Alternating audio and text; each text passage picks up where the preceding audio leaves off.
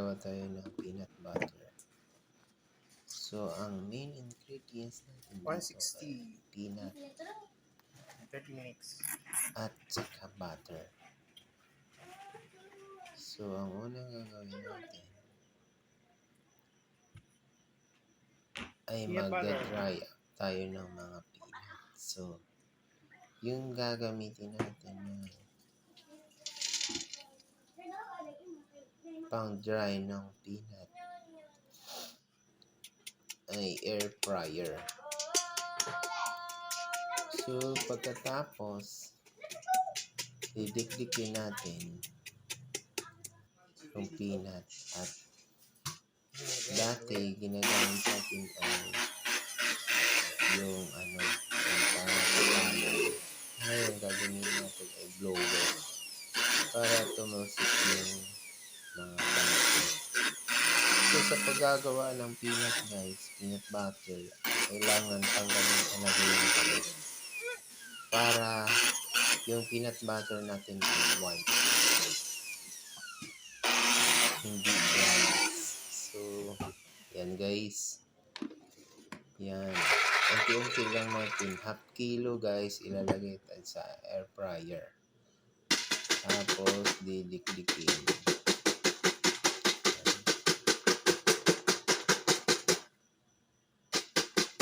Para ka lang na didikdik ng hindi masyado malakas para hindi madugog. Pagkatapos, i-blower. Yan, gagawa tayo ng butter. So, yung butter guys, air fryer pa rin ang gagawin natin. So, mahirap lang kasi yung camera natin is nasa isang kamay. So, isang kamay lang ginagamit natin. Ngayon, galing to sa freezer yung butter guys, ay ref.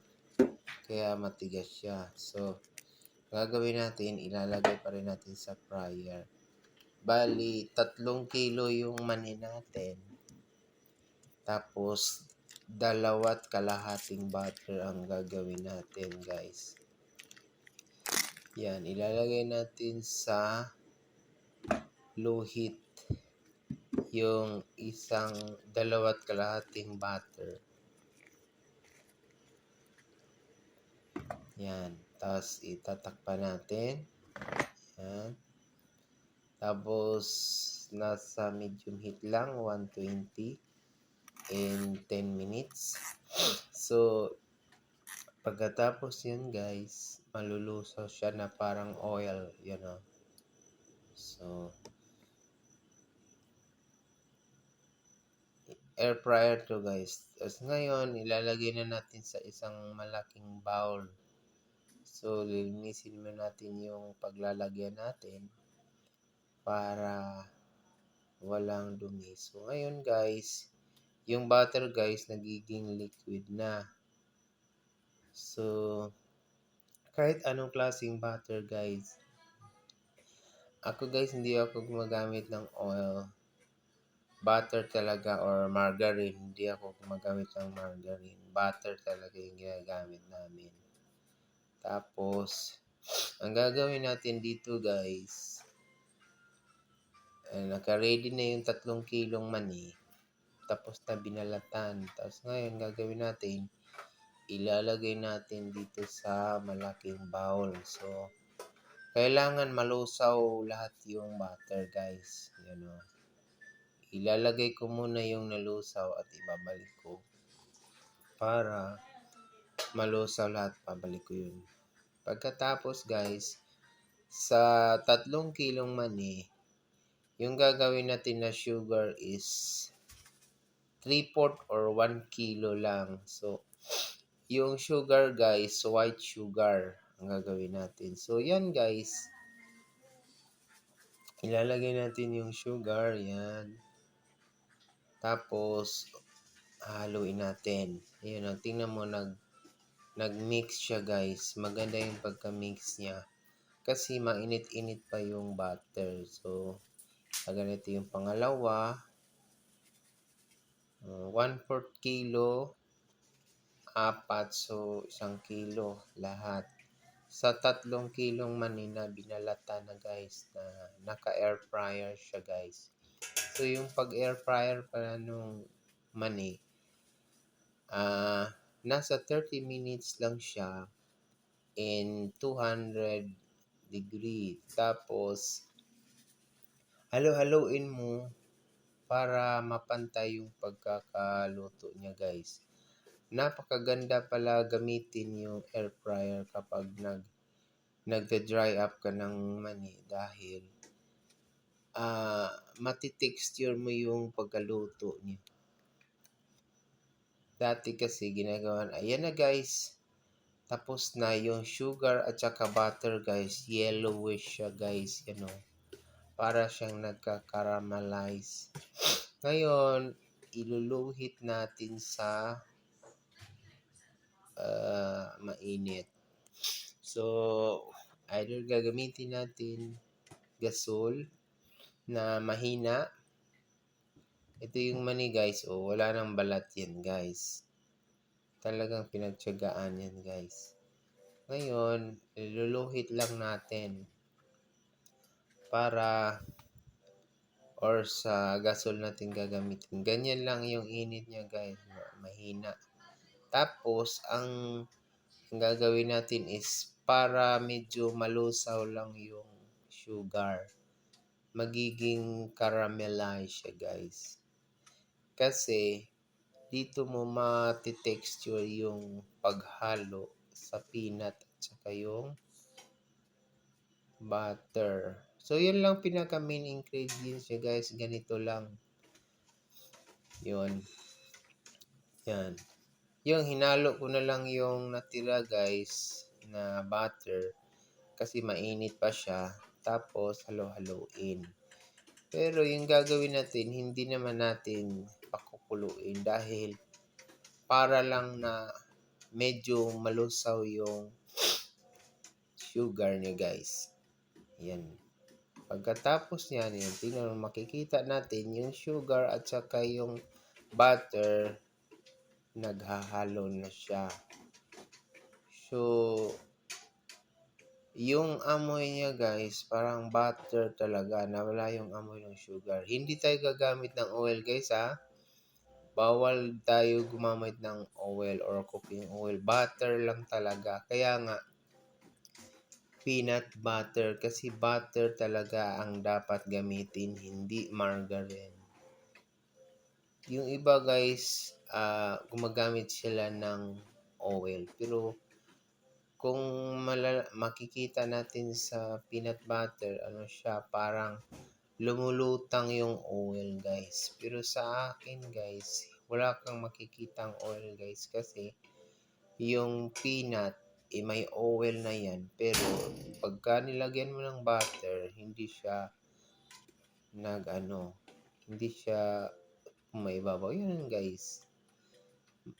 Malinis at maganda tingnan yung butter at saka yung sugar na white sugar. So, yun. Ang gagawin natin, ihahalo na natin yung binalatan natin na peanut. So, ilalagay na natin yung peanut guys. So, yung paghahalo guys, diretso mo lang ng halong ganyan.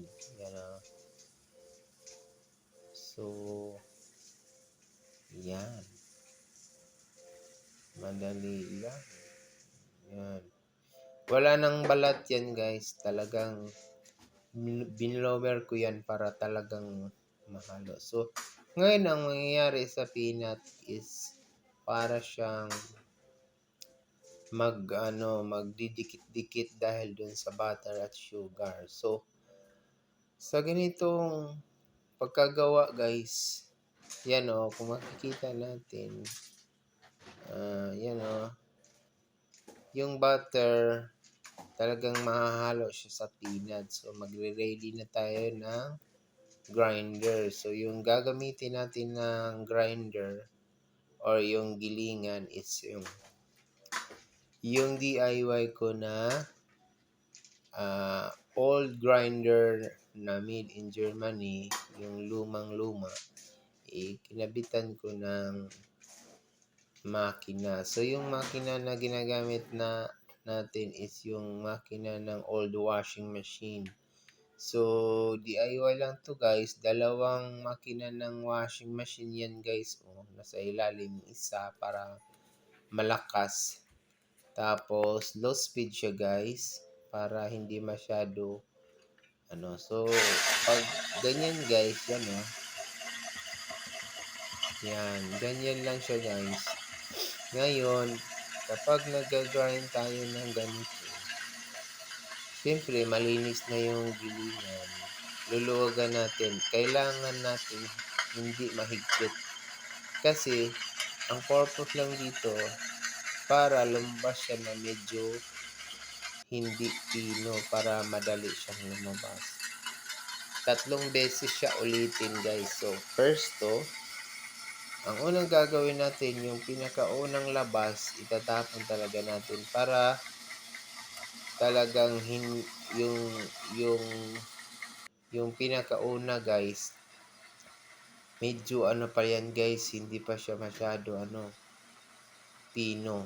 So, ayun na guys, lumabas na yung yung peanut butter. So, yung texture niya guys, yan. Kung titingnan natin, medyo malalaki pa siya. Nagpo-form siya ng oil, guys. Parang nag-oil siya, nagme-melt. So, ganyan siya, guys. Parang, siya, sticky dahil sa ginagamit nga natin ay butter. So, sa mga gustong gumawa ng ganito, guys, kung susundin mo talaga yung video, matutunan mo talaga. At saka, yung butter, guys, hindi masyado mahal. I-compare natin sa margarine na hindi aroma, wala siyang amoy. Yung butter, guys, talagang maaamoy na siya na butter. So, yan guys, yung unang labas, yung kapag ka nag-grind kayo, dahan-dahan lang at parang ididiin mo lang siya. Yung palang mani guys sa ngayon sa market is 120 ang kilo. So, binalatan na siya guys. So, sa 3 kilo guys is 360. 360 plus sugar na gagamitin natin is 1 kilo.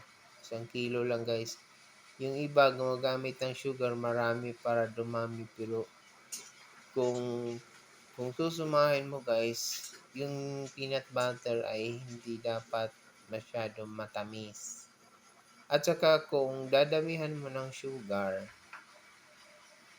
yung peanut na lang, kasi alam mo ba yung halaga ng sugar at yung peanut is parehas lang. So, hindi mo kailangan ng damihan ng sugar para dumami kasi nga hindi pwede na masyadong matamis yung butter. So, peanut butter. So, yun guys. Pangalawa na tayo guys. So, ibinabalik ko na yung giniling ko. Ayan guys. Nagme-melt siya dahil sa butter. Kasi yun naman kasing peanut guys ay may oil kasi yan. Kaya nagme-melt na siya ngayon. So, ganyan lang guys. Kung sa pangalawang giling guys, ihigpitan mo yung gilingan guys.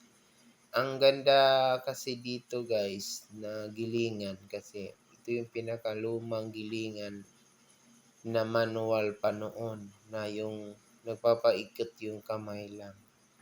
So, ginawa ko, nilagyan ko siya ng makina para madali lang magiling. So, madali lang naman.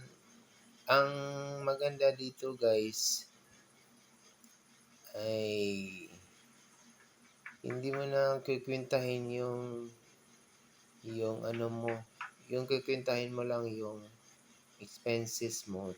Tapos masashock ka kung ilalagay mo na siya sa lalagyan kasi sa hindi mo akalain na siya aabot siya ng ganito karami, yung 3 kilo.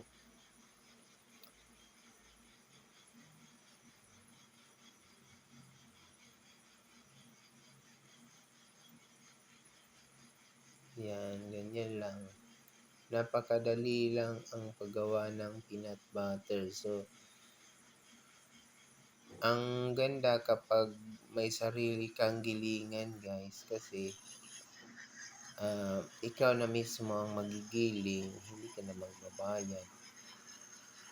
So, sa ngayon kasi guys, yung gilingan ng peanut butter, parehas lang din yung gilingan ng tableya guys. Isa lang. So, maganda yung personal mo na gamit dahil kung sa market ka kasi magpagiling, hindi mo alam kung ano yung huling giniling nila. Yung iba, nagigiling sila ng yung rice flour. Mahahalo yung rice dun sa peanut. Kahit na hinugasan nila, meron pa rin.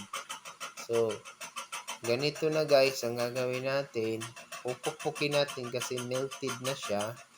Tapos, para mapasok siya dun sa lalagyan ng butter. So, alog-alogin natin. Kasi melted na siya kasi pangatlong balik na to. So, yan guys. Pupunuin natin. Tapos, ganyan lang niya. Ibabalik natin guys. Tapos sa ngayon, hihigpitan natin ng todo yung gilingan para pinong-pino siya yung texture niya. So, kung makikita natin yung kulay ay yellowish siya at hindi siya dark brown. Yung ibang peanut butter kaya dark brown dahil yung balat guys ng peanut ay hindi nila tinatanggal. At saka yung ginagamit din pala nila is brown sugar. So kailangan white sugar yung gagamitin. Kaya yung kulay niya is ganito. Napakaganda. So, sa mga nagninegosyo ng mga ganitong klaseng negosyo,